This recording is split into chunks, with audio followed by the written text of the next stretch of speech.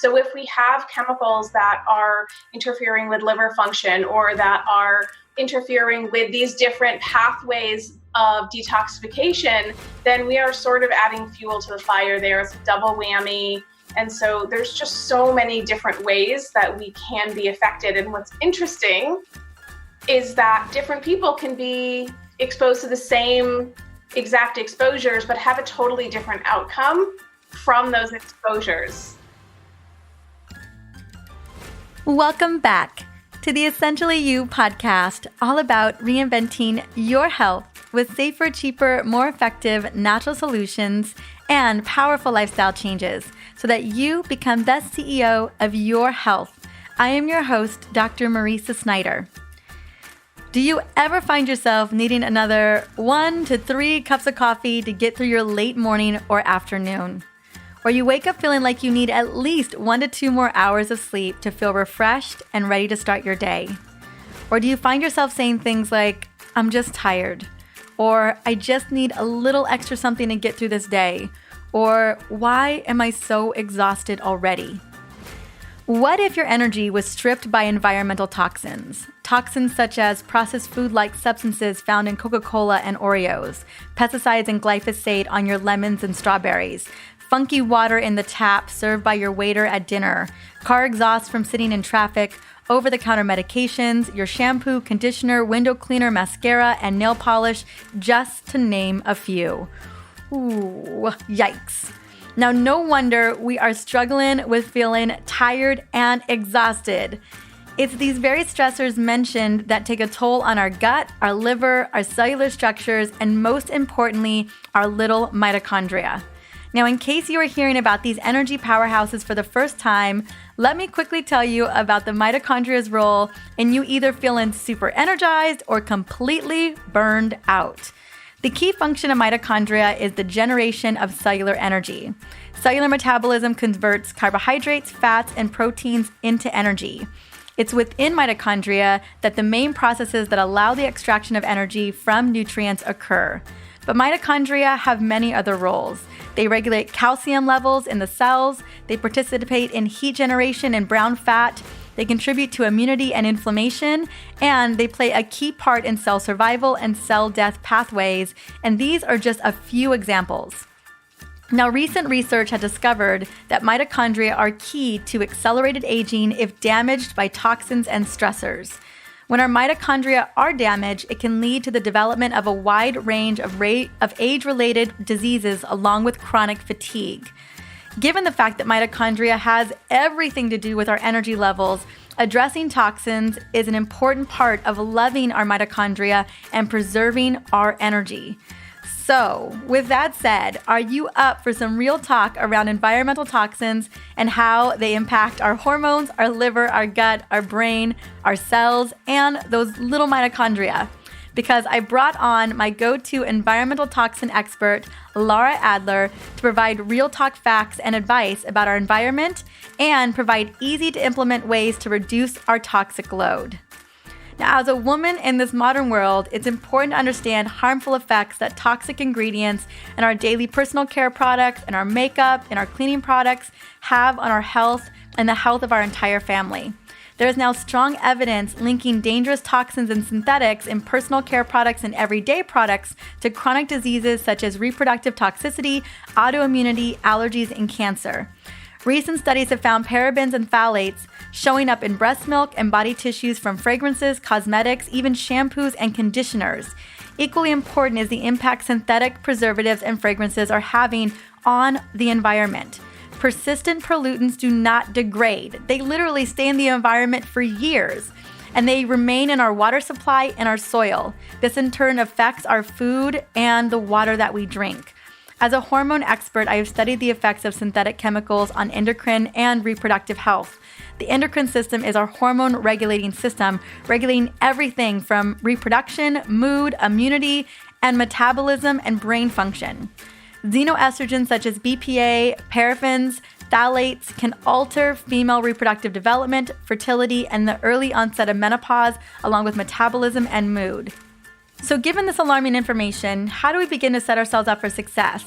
How can we be more proactive about reducing our exposure and even addressing toxins once they're inside of the body? Well, it's one small step at a time. If you are ready to start somewhere, I recommend swapping out your cleaning products, your personal care, and your medicine cabinet for more non-toxic options, because these are things we use every single day. Now, if you're looking for some favorite do-it-yourself recipes, I have a ton of them in the Smart Mom's Guide to Essential Oils, and I'll have the link in the show notes in case you want to go check out that little book of mine. And if you're really wanting to give your body a much-needed reset, we are about to close the doors on our spring 14-day hormone detox. Why not join me for just 14 days and literally degunk your liver, gut, and hormone pathways so that your body can start performing the way it's supposed to? My detox is focused on giving you the right foods with recipes, so there is zero guesswork about what to eat or eliminate. This sets the stage for liver, gut, and thyroid to recover so that detoxification and metabolism get back to normal functioning. It also allows for each of our cells and our hormones to be replenished while it's letting go of the hormone-disrupting toxins that are impairing our cells and mitochondria. Now, we still have a few spots left, and the community support is going to be incredible. So you will not be doing this alone. You will have me and hundreds of other women creating powerful healing transformations together. Now, if you're ready to experience more energy like yesterday, the link to sign up and join us will be in the show notes for this episode, which is episode 169, or you can go to drmarisa.com/detox. Super, super easy to find. Now that you have my special invitation to create more energy, vitality, and hormone balance, I want to take a moment and celebrate you. Every single day, I hear from new listeners who are recommended by you. One such listener is Dawn Klein, and she reached out to me on Instagram just a couple weeks ago. Here's what Dawn had to say. Your focus on what to eat on this show has made such a difference for me and my metabolism. You do it in such a way that makes me feel like I can do it too. Thank you for opening the door to what's possible in my healing journey by offering small steps and research to back it up. I also love your emphasis on self-care and rituals to support us. Well, thank you so much for sharing your epic win, Dawn. So happy to shout you out today. And I am so glad that you are feeling fully prepared to support your body and your hormones with foundational nutritional recommendations. Now, if you're listening, I would love to gift you a signed copy of the EO Hormone Solution book. It just hit the 1-year anniversary mark, and it's got tons of fun recipes for you. And I'll also have a personal note from me. Just reach out to me on Facebook or Instagram at Dr. Marisa, and we will send it out very shortly. Now, if you are listening, number one, welcome to this episode. And if you've listened to episodes in the past and they've had any impact on you at all, I would love to shout you out. Just reach out to me on Facebook or Instagram, or even review this podcast on iTunes or whatever podcast you love to plug into. That way I can continue to serve you and other women looking to create not only amazing healing transformations, but to become the CEO of their health. Now, let's jump into this amazing conversation with Lara Adler, but before I bring her on, I want to quickly sing her praises. Lara Adler is an environmental toxin expert and educator and a certified holistic health coach who teaches health coaches, nutritionists, and other holistic health practitioners to eliminate the number one thing holding their clients back from the results that they're seeking. That is addressing the unaddressed link between chemicals and chronic health problems. She trains practitioners to become experts in everyday toxic exposures so that they can improve their client outcomes without spending hundreds of hours researching them on their own. Well, let's bring Lara onto the show.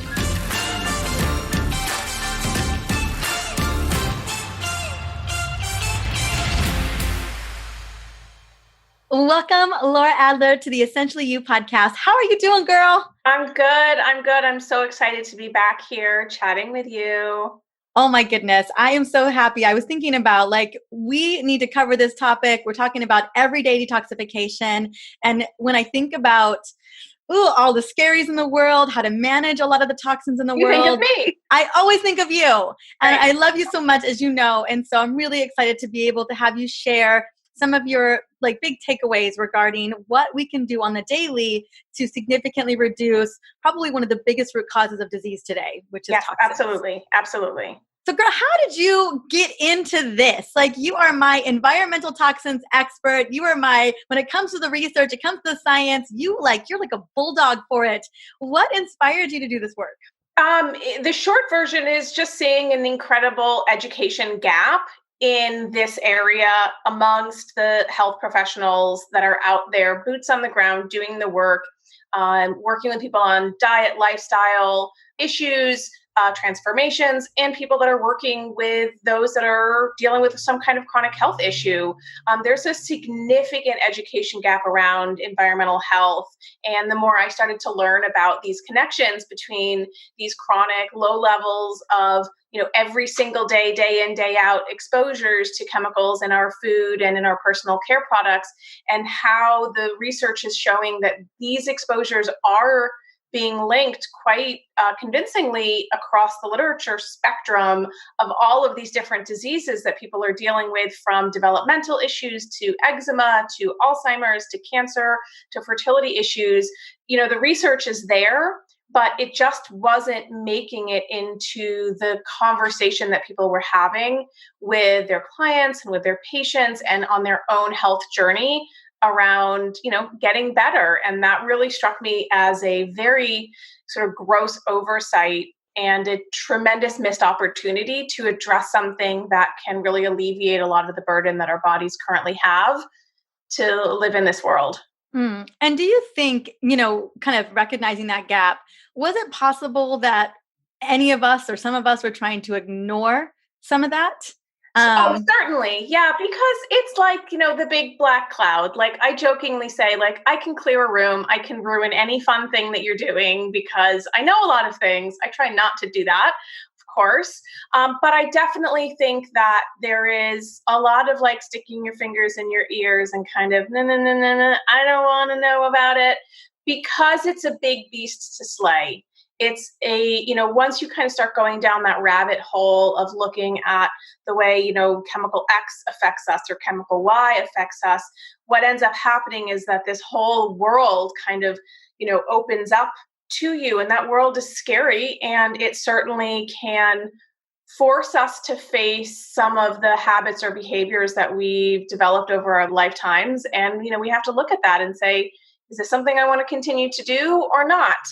I think that there's certain pockets of this environmental health conversation that elicit more of the like, I don't want to know about it. That's certainly, I would put like EMFs into that category, because people are like, do not tell me that I need to change the way that I use my devices, right? Like, so there's definitely a lot of resistance in that realm, but more broadly speaking, I just think it's an overwhelming topic. And I think that the rabbit hole is very deep. And, at least with the practitioner audience that I see, they're really busy running their practices. They don't have the time always to do that research. And then for the consumer, the non-practitioner, it's so dense and technical and complicated, and they feel like they need a PhD in order to even understand this conversation. And I think that really keeps a lot of people away from even looking at it. And then there's certainly going to be people that like just disbelieve that it's an issue at all. And, I think there is certain willful ignorance in that space, which isn't going to help us in the long run. I hear all of that. And I agree. And I can imagine, and even as I have dug into this, nowhere near to the extent you have, it absolutely becomes a big rabbit hole. And I know today our goal is to really not only create clarity, but also how do we start to chip away at this? Like, how do we begin to create simple steps and simple ways in order to support our bodies so that we're thriving for as many years as possible, so that our brain is functioning, we feel good, we've got the energy, our mitochondria are happy, and they're not going in major hibernation mode because they are feeling like there's toxins all around them. Stranger danger. Yeah, so I think a little mitochondria just like, what do I do? Okay, so let's talk about what is a toxin. Because I know so many people are like, okay, parabens, pesticides, glyphosate, DDT. I mean, there's so many things out there. Talk a little bit to me about what they are. What is this? I'll kind of look at it from two different perspectives. So technically speaking, very technical standpoint, a toxin is actually something that is produced by or derived from a plant or an animal. So in the field of environmental health, when we are talking about synthetic man-made chemicals like DDT or parabens or phthalates, what we're actually talking about are what are called toxicants, toxins versus toxicants. Generally speaking, these words are lumped together. Some people like to make clear that distinction. Generally speaking, what we are talking about are merely substances. Doesn't matter if they're natural or not, because mercury is natural, lead is natural, that these substances, chemicals we'll just call for short, have some kind of negative, toxic, detrimental effect on the organism of the human or of animals or in the environment. And so very broadly speaking, that's what we mean. Now, another sort of layer of clarification there, in this space of environmental health, we want to make clear that what we're talking about are not all chemicals, but chemicals that the research suggests causes harm. And we have to recognize that technically everything is a chemical. And so we don't want to step into this conversation thinking like, quote, chemicals are bad, because our hormones are chemicals. The air we breathe is a chemical. The water, everything is chemical. And so we just want to be a little bit more precise about that language. And, in this conversation, it's implied that we're talking about chemicals that can cause harm. Another layer of sort of defining what we mean by toxic is not necessarily something that is acutely toxic, meaning you get bleach in your eyes, you have to go to the emergency room, you have to call poison control because your kid ate a laundry pod or something like that. All those things happen. Yes, those are acute toxicity issues. Somebody has a very acute, immediate response, whether it's a skin blistering or whatever, something that's an emergency situation. This is generally not what we see in this space, but what we see instead is this chronic exposure to low levels of toxins that sometimes the symptoms, one, get confused with other things, or two, they might take 10, 20, or 30 years to manifest in a disease. And so it's really looking at toxicity from a different perspective. We're not looking at acute toxicity. We're looking at the sort of slow, heavy rock on the chest of our health that is suffocating us and will end up in, can lead towards increased risks of X, Y, and Z conditions. And so that's really what we're talking about in terms of what do we mean by toxicity? What do we mean by toxic chemical? We're just looking at this massive array of things that we encounter in our lives by, waking up in the morning, washing our hair, getting dressed, making breakfast, getting in the car, driving to work. These exposures are happening in small amounts. Any single amount is generally not meaningful, but it's the collective, cumulative load that we're dealing with that can become meaningful over for time. People. Yeah. Well, and it really does lend to the fact that we are relatively resilient. I mean, with that fact that we can work with what we got right now in the circumstances that we're in. However, like you said, it's an accumulation over time. The body just wears down. Over time, our cells lose their resilience. And that's when we start to see problems. And it's also that we now are dealing with toxic chemicals that our parents, grandparents, great-grandparents did not ever have to encounter. And so it's a miracle that, we're all functioning and many of us are thriving, and that's great, but it's not certainly due to any exposures to chemicals. I think that if we eliminated that, the bar would be raised in terms of what we would consider normal, healthy. But, humans nowadays, animals, wildlife are dealing with magnitudes more synthetic man-made chemicals, poor nutrition, more stress than previous generations. And so our bodies are kind of reaching this limit of what it's able to do, right? We're really kind of under its thumb right now. And that's, I think, why we're seeing lots of spikes in chronic illness. Well, spikes in chronic illness earlier in life. We really are seeing that more than anything. So let's talk about, when we talk about toxins, we talk toxicants, whether the man-made. I think mostly the man-made ones are definitely higher and more proliferative than I think about someone eating a bark that they shouldn't be consuming or some type of plant-based thing. So talk to me about when in which, clearly we talked about, you mentioned cancer, autoimmune condition, developmental issues, reproductive issues, obesogens, storing of fat or literally shutting down our metabolic hormones. Talk to me about exactly what is happening inside of the body that these toxins are basically causing inside of the system.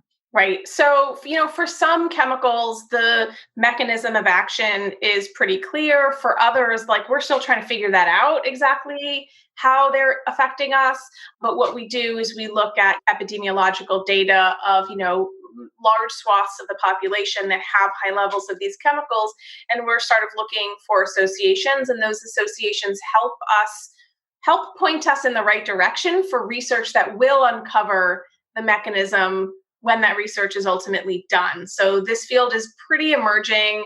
And even though there's just magnitudes more research being published in this topic now than even there was 10 years ago, like there's still a lot we have to learn. But for other chemicals, the mechanisms of action are pretty clear.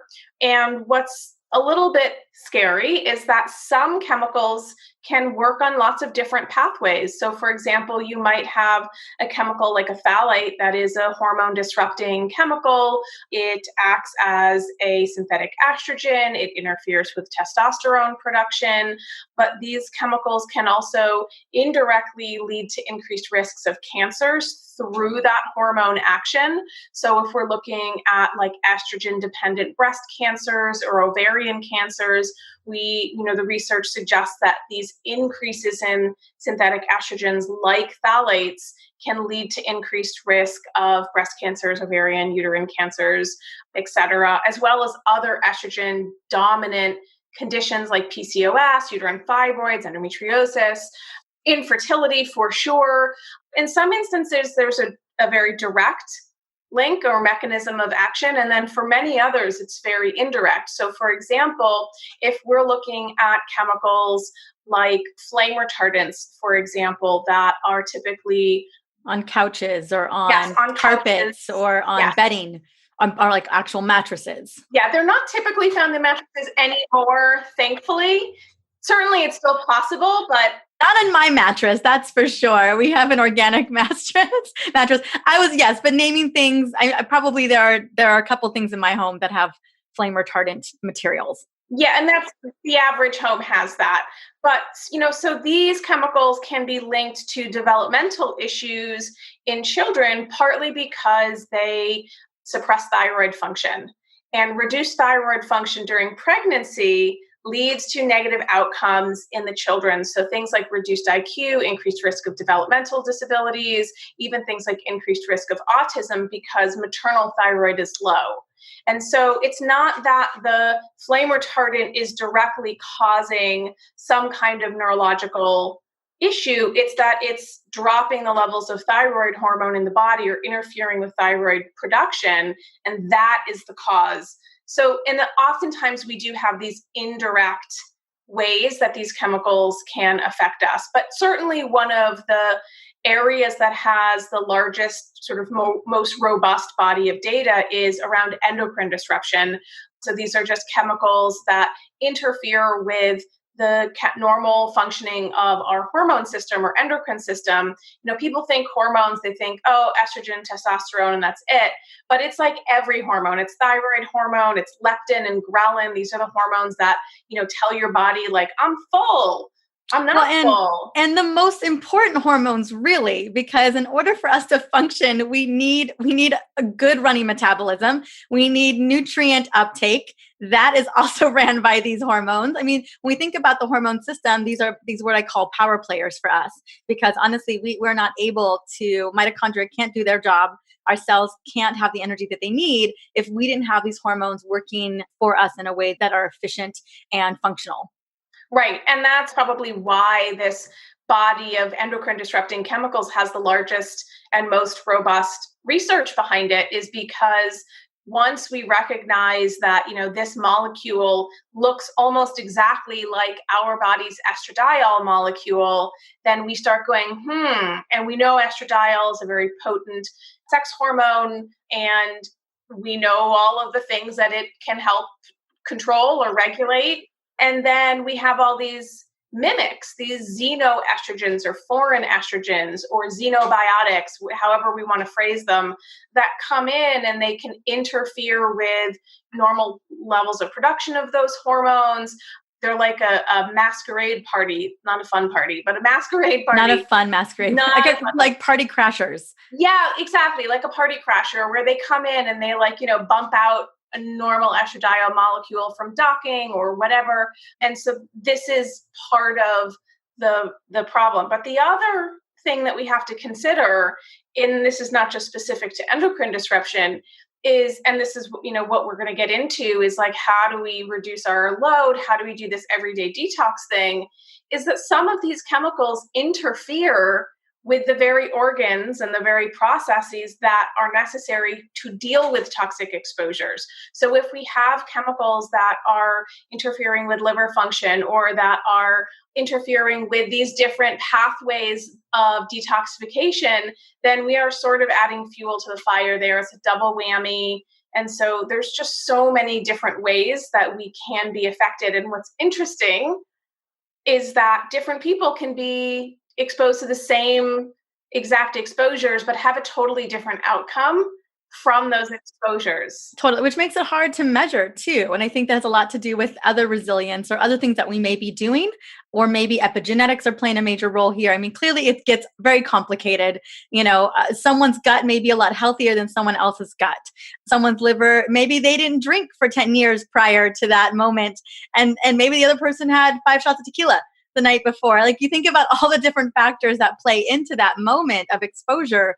It can be, I can imagine it feeling very difficult to measure and figure out what's going on. And it is. And this is where, we butt up against the limits of epidemiology, because we can only kind of make these inferences and see these associations and then spend many, many years going down each one of those rabbit holes to see if we can find an answer. And that's the job of science, right? Like, that's what science is for, is to figure those things out. So we still have a lot to learn, but I think the body of evidence, particularly around endocrine disrupting chemicals, is pretty significant. And there's like hundreds and hundreds and hundreds of these chemicals that are already recognized as being actual or suspected of being able to mess with our hormones. And what's concerning is, just to add another layer to the complexity conversation of doing this research, is that, we're not exposed to a single chemical at a time. Nothing happens in isolation. So even if you pick up a bottle of shampoo, you might see, 30 different chemicals in there. Maybe 4 or 5 of them are questionable, but that's just one product. And so all of these research that we have is typically on individual chemicals and how it affects this mechanism. But what the research that has looked at, like, what happens if we have, this endocrine disrupting chemical and this endocrine disrupting chemical together, what they find is that there's this compounding cumulative effect. So 1 + 1 does not equal 2, 1 + 1 might equal 5. So it's this sort of amplification. And that, what that tells us is that most of the research that we have is like sort of a gross underestimation of what the potential impact is. Ooh, we're going to switch gears. So definitely on top of the other, clearly lots of ways in which these toxins are playing a role. Like you said, not only are they disrupting, and most importantly, where we're seeing, I guess I'm assuming the biggest impact is when they're actually disrupting the very organs that are meant to remove toxins from the system. I think when people start to see that overload. Yeah, I mean, it's certainly a very important factor, because it's just making the situation worse and making us less resilient and less able to deal with things that, like, we theoretically should be able to deal with. Theoretically. Okay, so we talked a little bit about top places of exposure, at least for my ladies. Clearly, we talk a lot about estrogen metabolites. We talk a lot about the liver getting its booty handed to her. Clearly, brain function. We see brain fog, and as a side effect of inflammation inside of the brain. Then gut issues are happening. All of these things really adding up and creating chronic conditions over time. Any other places? I mean, and then cells. I always tell people, disease is cellular. This is all happening on a cellular level. Every little cell is just trying to get by and keep its little home tidy. And when it's not able to do so, that's when we really start to see problems. Yeah. And so certainly there's a long, giant list of chemicals that, seem to directly target mitochondrial function and damage our mitochondria. And if we don't have energy production in our cells and our tissues and organs, then like the whole ship is going down at that point. Maybe not sinking, but it's certainly struggling, right? It's, the whole ship is requiring coffee at 11 and then 2 and then 5 and then 9, just to get through the day. That's what's happening with the ship, is that it's needing more caffeine to get through the day. Because ultimately, I think a lot of people don't realize the role of mitochondria, which is you and I just looking at each other right now requires mitochondrial energy. All of the automatic responses in the system, you breathing, your digestive system working for you, whether you know it or not, that all requires mitochondrial energy. And so it's no surprise that probably one of the biggest symptoms of toxic overload or any type of toxic exposure is over time getting tired, fatigue, and exhaustion, brain fog. Yes. What I want people to get is that it's not just toxicity, right? That are causing these issues. It's just a piece of the conversation. So the crappy diet, the staying up until 1 on your cell phone, on Facebook, like all of those things are not helping either. Just being in this sort of fight or flight chronic stress because of the world we live in, all of those things are certainly compounding together. But I like to focus on the toxicity part because it doesn't seem that very many people are. And so, yeah. Absolutely. When I think about root causes, I talk a lot about that in the podcast, and I name off some of the big heavy hitting root causes. But what I think is such a big driver to some of those root causes, so gut dysbiosis, toxins, nutrient deficiencies, toxins, and co-infections, absolutely driven by toxins. A bacteria and a virus sees a compromised body and they're going to go after it. So whatever type of co-infections that may look like, the intangibles that I talk about that toxins could absolutely play a role on to some degree is going to be the perceived chronic stress and trauma. Those are things that are coming in. It's not like we can just change the shampoo and those are gone. I wish I could shampoo and grease smoothie myself out of the trauma I have dealt with as a child, but that's not going to happen. But still, when I look at some of those big root causes that I talk about all the time, and mind you, toxins are on that list and heavy metals are on that list as well, and they are the toxins. But their toxic exposure is massive drivers of a lot of those other root causes unfolding in the body. Yep. Yeah. And Dr. Joseph Pizzorno, who's the founder of Bastyr University and a leading voice in the environmental medicine space, has said that toxicity is the primary driver of disease. That this is actually what's underscoring, just like you said, whether it's a gut dysbiosis or an immune system issue or, a neurological issue or a hormonal issue, any of these things is that, we're all, there's what's fascinating to me when we're looking at it through the research lens is there's no control. So normally in research, we have like an exposed population and an unexposed population. We don't even have that because the CDC does, and other countries around the world do these biomonitoring tests. And they show that, in the majority of people, between like 90, 98, 99% of people, these chemicals are in their bodies. And so there's no control. There's no way to say like, aha. So we don't really actually even. So it's not like a little teeny community they were hiding in a cave somewhere where they were not exposed to any McDonald's. They had no Coca-Cola. Goodness knows Coca-Cola is proliferated around this world. Yes, there is one. Okay, there's one. And maybe there's a couple of small, religious communities, but there was an article published years ago. I think it was in like Slate or something like that. And the title of the article was "Want to Avoid Toxic Chemicals? Drop Out of Modern Society." And the article was featuring a community of old order Mennonites, like an Amish sect that, doesn't use personal care products. They don't use these chemical household cleaners. They don't, drive in cars that are plastic. They don't buy all this stuff. They're not exposed to exhaust. Pesticides. Yeah, they don't have. So like they're our control. Yes. All right. So there's a group, and it's so interesting. Like that's a group that's actually within modern culture. I was thinking of like the Brazil Amazon, or somewhere deep in the depths of like the rainforest where we can't even find them. and maybe they're drinking Coca-Cola, unfortunately. I would hope that they're not, but yeah. fingers crossed. Okay. So luckily there's a tiny bit of a control out there that we can look at.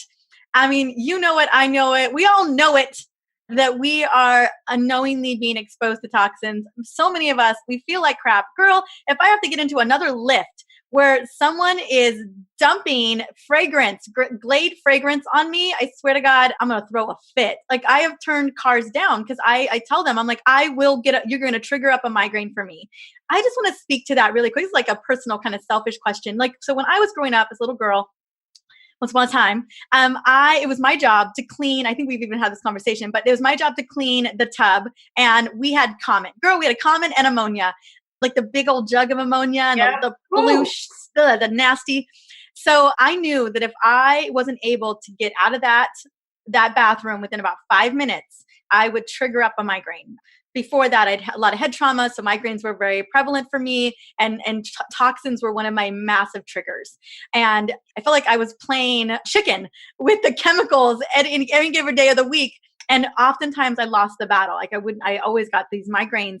And I'll be honest with you, still to this day, I have been so sensitive to particularly smells, synthetic smells, that I will get triggered into a headache or a migraine of some sort. Now, I hear that, that when you have that level of sensitivity, is it that you just have, because we've done a really great job of removing a lot of chemicals from our house. Like, we use a lot of organic, all the things. Is it that when let's say you reduce your toxic exposure, at least within your home environment, or you've removed fragrances from your house, are you more sensitive to those synthetic? Like, if I walk by Bed Bath & Beyond, it is over. Like, you just like, I walk on the other side of the mall. Or is it that someone who's got maybe a higher level of toxicity have more sensitivity? I think it actually can be both. And so it could be that there's like some, you have some genetic polymorphism that means that you're not as good at detoxifying certain compounds. So that might be a problem. It could just be that there's a sluggish liver, or there's just some incapacity or reduced capacity to detoxify. And that's why you have that immediate response. And it could be that you're just, it's like our palates change, right? So if somebody eats junk food and Roy Rogers and French fries, of course, healthy food is going to taste bland, right? Because they're being hyper exposed to these chemicals and hyper processed foods. And it takes them a while to change their palate and adjust to healthy eating. And then they go back to eat those foods and they're like, oh my God, that's so healthy. It tastes like plastic. Right. And so I wonder if that sort of same thing happens in our bodies when we reduce our exposures to these chemicals, that we just become more sensitive, which I actually think is a good thing. Absolutely. Well, I think particularly fragrance too, in particular, when we switched all the way over to essential oils, like any fragrance was just, even Alex, like I would say he's far less sensitive than I am, but it's just like, oh, hell no. It just immediately. And I always think about terms of food. I remember my mom came over the other day, and I've done this to a lot of friends on accident, but we only buy green juice. Like, there is no apple in it, girl. It is parsley, cilantro, and greens, like maybe lemon and ginger if you're lucky. And so every time I've given, so someone's like, I'm like, would you like a green juice? And every time they literally, or they spit it out. I had a friend of mine who we were in, a friend of that you may know, we were in Vegas, and I wasn't drinking. I was just drinking green juices, and we were all together. And she just looked, I was drinking this juice, and she was looking at me like, are you going to let me have some? And I was like, okay, it's green. So she drank it. She may have been a little tipsy, and like, she literally just spit it out. I was like, all right. And so a lot of people, it just reminds me of like how different our palates can be. And I always tell people, you gotta work up to that level of green juice. Yes, for certain. But, I think that being sensitive to it has its pros and cons, right? Like, it's annoying because we're like, get on an airplane and we're sitting, some person next to us is doused in cologne, and we're like, right? So, but on the other hand, like, I think these are warnings, right? Like, these are warnings. You don't get a migraine from walking into a cow pasture, even though it's very fragrant and strong smelling because of cow poop, right? Like, we don't get migraines triggered that way. But you walk into a Bed Bath and Beyond, and that might be a trigger for you because these are, what you're smelling are solvents. What you're smelling are chemicals that have off-gas, semi-volatile and volatile organic compounds that are directly entering your bloodstream immediately because inhalation is the fastest way to get something into your body. Aside from an injection, like that's the fastest way to get something into your bloodstream. And so it's no wonder that people have very immediate responses to, if they're sensitive to things like fragrances, as opposed to people that, maybe don't react to fragrances the same way. But that makes sense for people that are sensitive they're going to have an immediate reaction. Thank you so much for clarifying that. I mean, I'm loving up on this liver every day. I'm not going to lie. I probably did some damage to this liver earlier in my lifetime. But yes, we're just really mindful. And what I appreciate, although definitely a concern in terms of like, am I hypersensitive because I'm at a threshold and I'm really mindful of that. But I really do appreciate the fact that my body immediately tells me stranger danger. Like, this is not where you should be right now. There is way too much nasty in the air. And it's so interesting. I have a really great sense of smell because I can't see or hear. And I always just assume it's because I can't see or hear. Clearly, we know our sense of smell is way stronger than our sight, our touch, and our ability to hear. But I'll walk into a room, I'll walk into anywhere, and I can immediately pick something up. And Alex is just like, I have no idea what you're talking about. I'm that way with cigarette smoke. I can smell. Oh my gosh. I can smell it like a mile away. I'm like, and I'm just where is it? I start to freak out. I hate cigarettes. Yeah, same. I mean, in this day and age, I just literally, every time I see somebody smoking, I'm like, it's 2020. Like, oh my goodness. Oh, if I'm working out or running and you're smoking, better be careful. I don't have like something on me to hit you with. Anyway, what can we do? Let's get into okay, you have scared me enough. I want to know. And I mean, it's immediate. Like I start thinking about, I know that as much as we've done really great work in the house, clearly there's furniture and there's things in this house that, and we off gas everything. Everything goes into the garage. Everything goes outside well before. And it blows my mind how much people have never heard of that concept of off gassing. I don't necessarily want to go down that rabbit hole, but that's how mindful we're always being. How do we even start? Because I know that's the rabbit hole that we talked about where people are like, la, la, la, la, la. I don't want to know about this because I don't want to even think about what it's going to take for me to actually start making these changes. Right. So I really I have refined this more and more over the years in talking to people and doing, sharing this information with people and seeing how overwhelmed they get, is that I think the easiest place to start is with what's free and easy. Right? Like, what's free? Free and easy. What's air? Yeah. Well, because, the reality is, like we were talking, mattresses, couches, not everybody can afford to go out and, completely refurnish their homes, nor do they want to. They may not even need to. And so we don't want to just tell people scary stuff about what's in their furniture and then say, well, it's going to cost you $2,000 to fix that, because then people are going to go, oh my God, being healthy is impossible. And so we don't want to do that. We want to show people what are some meaningful things that we can do that's free and that are easy. And so the number one thing that I encourage people to do that's not only free, but will ultimately save you money is just stop buying scented candles, air fresheners, plugins, sprays. Just stop buying them and throw out what you have. And if you're a Lyft driver, get rid of the dang.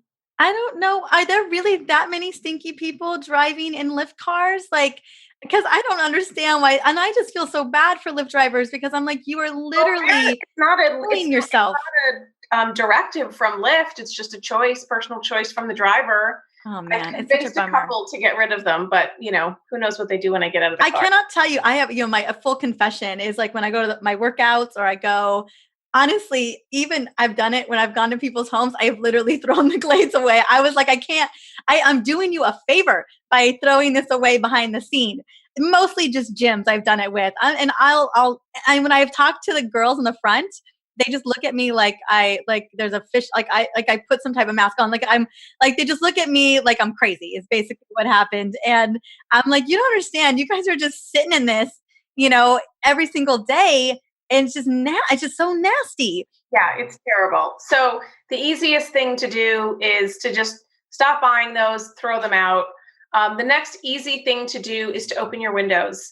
And I think people don't recognize how bad the air inside their home is. they just don't, because you kind of become nose deaf, I think is the expression. Like, you don't smell the things that you smell because you're just used to, that's your house smell. But what people don't realize is that the air quality inside your home can be significantly worse than what's happening outside. Even though we think like, oh, there's trucks and cars and pollution, the air inside is often worse because we have all these materials that are off-gassing. And just because you can't smell something doesn't mean it's not off-gassing. So some furniture, some paint, paints, things like that, they'll off-gas forever. There's no point at which they're done off-gassing. And so, yeah, that doesn't exist. Or it might be decades, right? And then, no one's sitting there looking at the clock going, is it done yet? Because then you're bringing new stuff in all the time. And so all of these chemicals that off-gas get trapped in our house. And like I said earlier, the fastest way for chemicals to enter our bloodstream is through inhalation. And that's just us wandering around our homes. So we want to improve our indoor air quality. And we do that by no longer bringing in things that pollute the indoor air. And that's a longer process. We do the best that we can.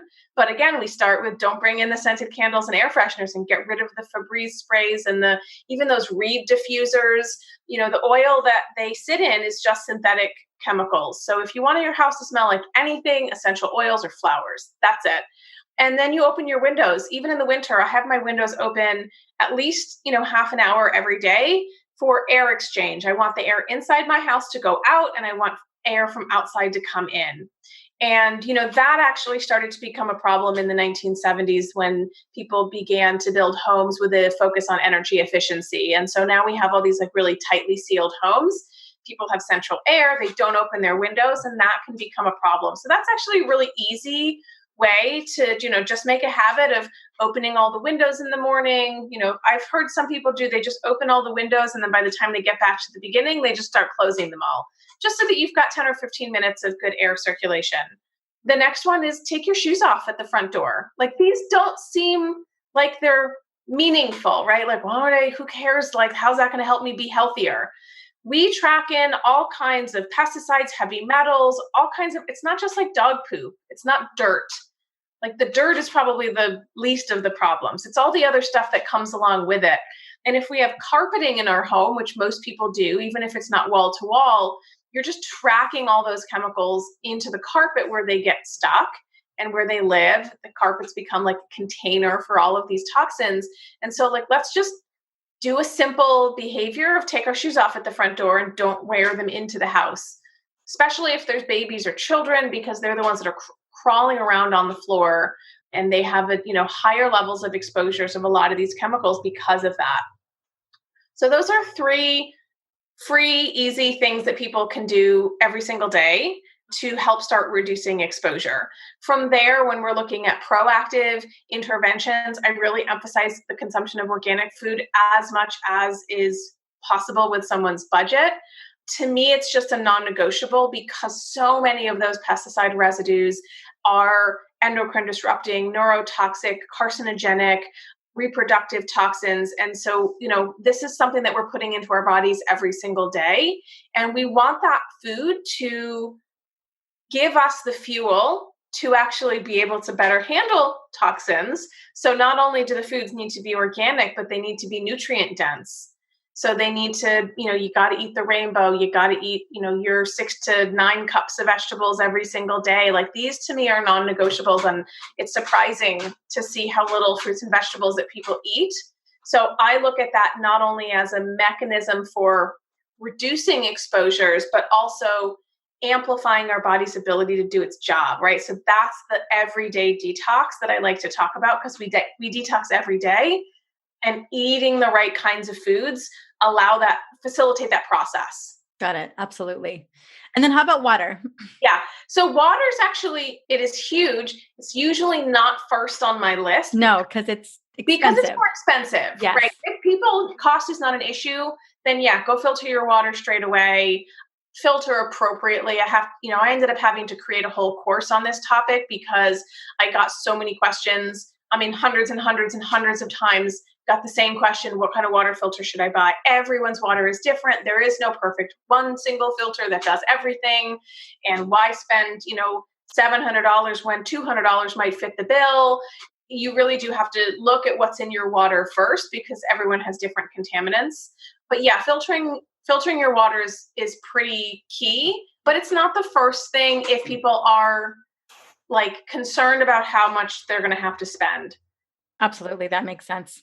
And then from there, that's really where I start looking deeper into the kitchen. Because again, the kitchen is like the room that it's easiest for people to, I think, associate with being healthy is the kitchen, right? So let's just kind of make it easier and point them in that direction. So, making sure that you're not using plastics in direct contact with your food. That means like, swapping out those plastic food storage containers with glass. That means looking at, kind of doing an inventory of where is plastic being used in your kitchen. We don't want to be afraid of plastic. Plastic has, has certainly made our lives better and easier. It will always exist in our homes. We just don't want it in contact with our food if possible. And so, that's actually a significant exposure source to the phthalates and the bisphenols, the BPA, BPS, BPF that people more commonly are aware of as they're coming from these plastic materials. And so we don't want to put our food in contact with those. That means, we don't put plastics in the microwave. We don't put plastics in the dishwasher because it's really, really hot and acidic and caustic in there with the dishwasher detergent. And so we just want to be mindful of how we're using plastics in the kitchen. From there, we can look at our cookware. Might be a bigger investment for people to swap out. Certainly doesn't have to be expensive. And then once we've there's a couple other areas in the kitchen, food packaging and stuff like that, and canned food consumption that you can kind of minimize buying food in cans, canned soup, canned tomatoes. They will be significant exposure sources to bisphenol chemicals. And then from there, looking at personal care products, which is a big category to be certain. So, just picking one thing at a time, one product at a time. What I like to tell people is, when your foundation runs out, now's a great time to swap it with something safer and better that doesn't have these phthalates, that doesn't have, these parabens and other endocrine disrupting chemicals in them.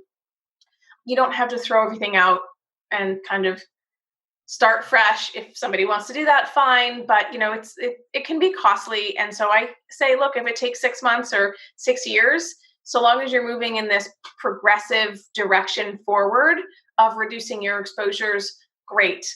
I'm going to add one more thing in the free and easy category that I didn't think of is saying no to cash register receipts. It's a huge one. It's a huge one. Right? So cash register receipts are coated with bisphenol chemicals because the powder is so fine, and that's actually a powder coating on the paper. It absorbs really, really quickly into our hands. If we then are snacking on food that we buy after picking that receipt up, then we're increasing that exposure, and those exposures can be significant. All of those steps that I just walked through, like I said, it might take somebody 6 months to go through those.